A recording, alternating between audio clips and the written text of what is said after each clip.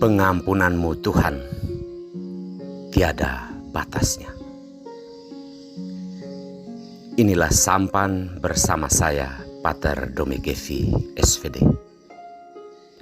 Bapak, Ibu, saudara-saudariku yang terkasih, sampan kembali berlayar, menyapa Anda sekalian dimanapun saat ini Anda berada. Semoga sehat dan dilindungi Yang Maha Kuasa.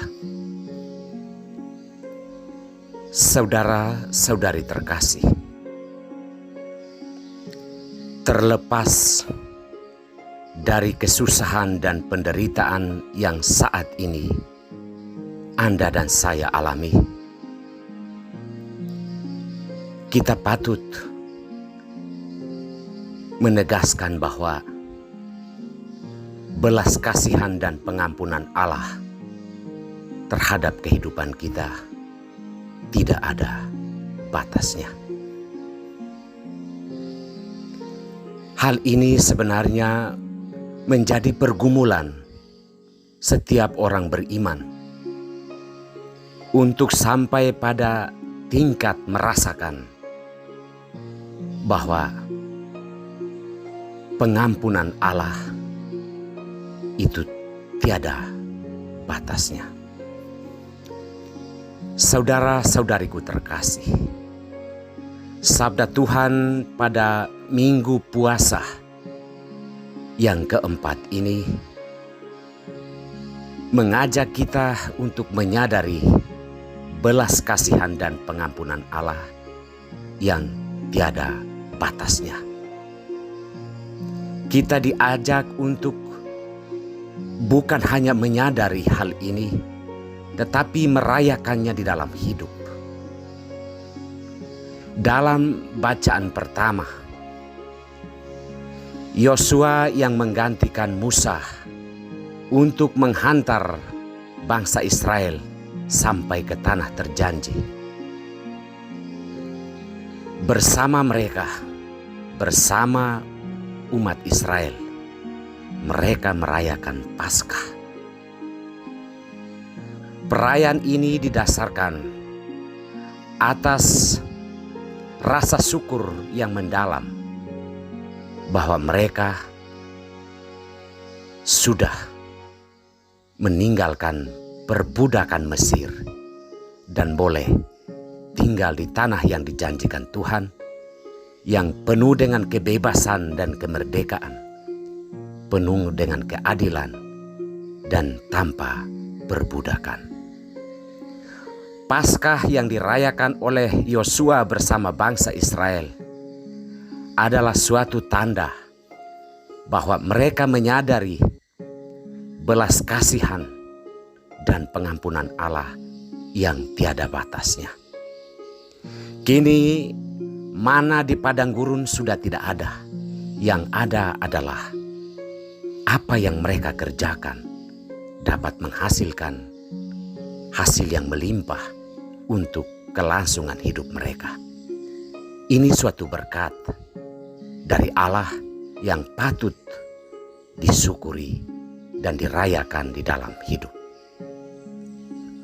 Dalam bacaan Injil, Yesus memberikan perumpamaan yang menggambarkan pertama-tama belas kasihan dan pengampunan Allah yang tiada batasnya. Ia menggambarkan dua anak, yang sulung dan yang bungsu. Yang bungsu menuntut harta warisan yang akan ia miliki, dan ia menjual segalanya dan pergi merantau.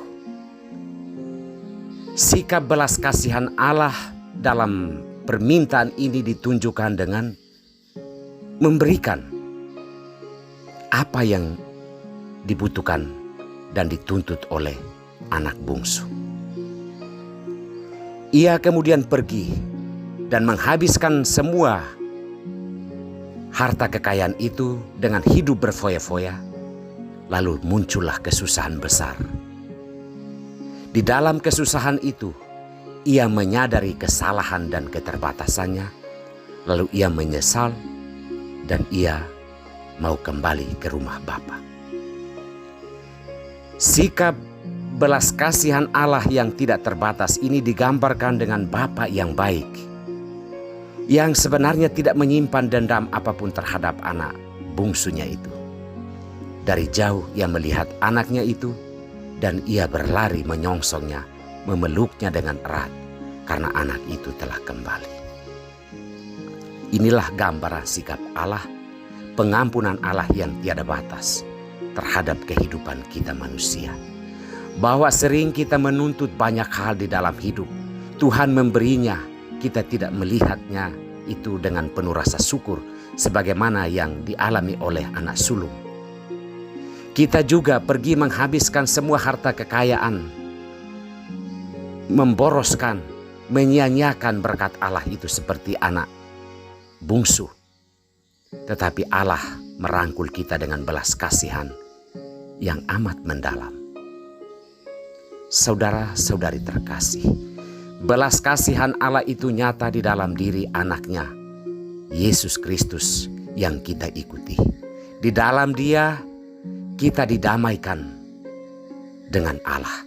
Segala dosa dan kelemahan kita, penderitaan kita, diakhiri di dalam Yesus. Marilah kita berusaha untuk menyadari belas kasihan Allah yang tiada batasnya, dan menyadari kelemahan kita. Kita kembali ke rumah Bapa karena Dia mencintai dan menyayangi kita semua. Tuhan memberkati kita.